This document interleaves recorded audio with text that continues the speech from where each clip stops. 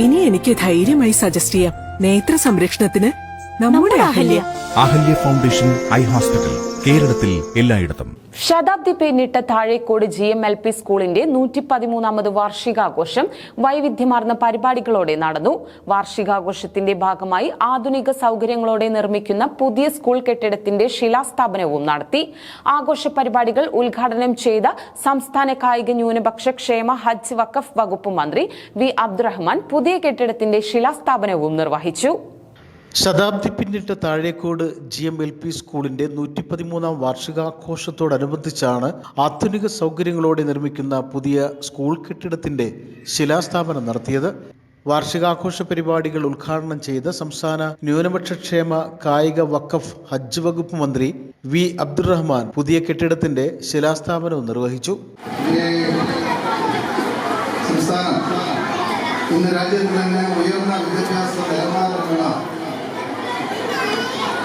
യുവതലമുറയുള്ള ഒരു നാടായി മാറി.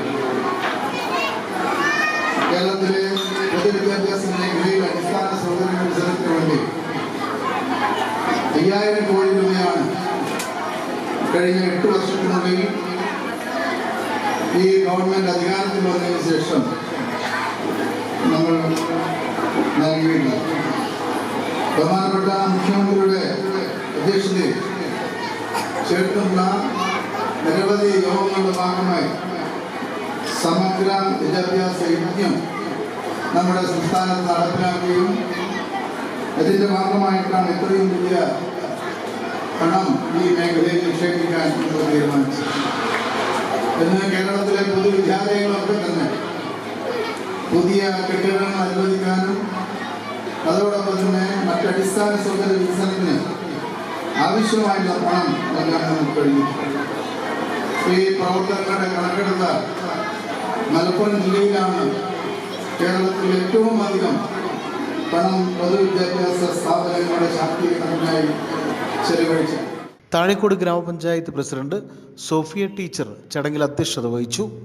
2024-25 അക്കാദമിക വർഷത്തിലെ വിദ്യാലയത്തിലെ പാഠ്യേതര പ്രവർത്തനങ്ങളുടെ മികവുകളും ഭൗതിക മികവുകളും ഉൾപ്പെടുത്തിയ ഡിജിറ്റൽ റിപ്പോർട്ട് ചടങ്ങിൽ അവതരിപ്പിച്ചു.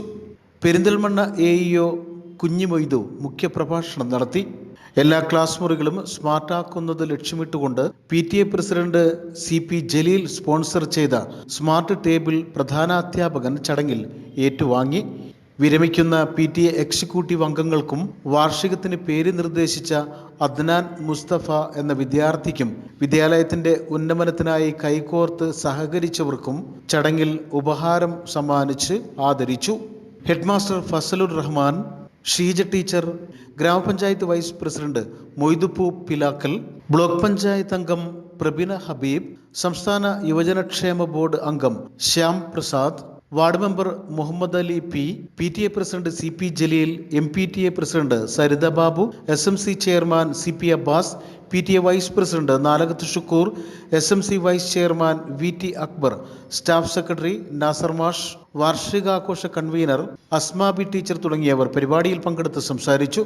തുടർന്ന് കുട്ടികളുടെ വിവിധ കലാപരിപാടികൾ അരങ്ങേറി. News bureau, Perinthalmanna.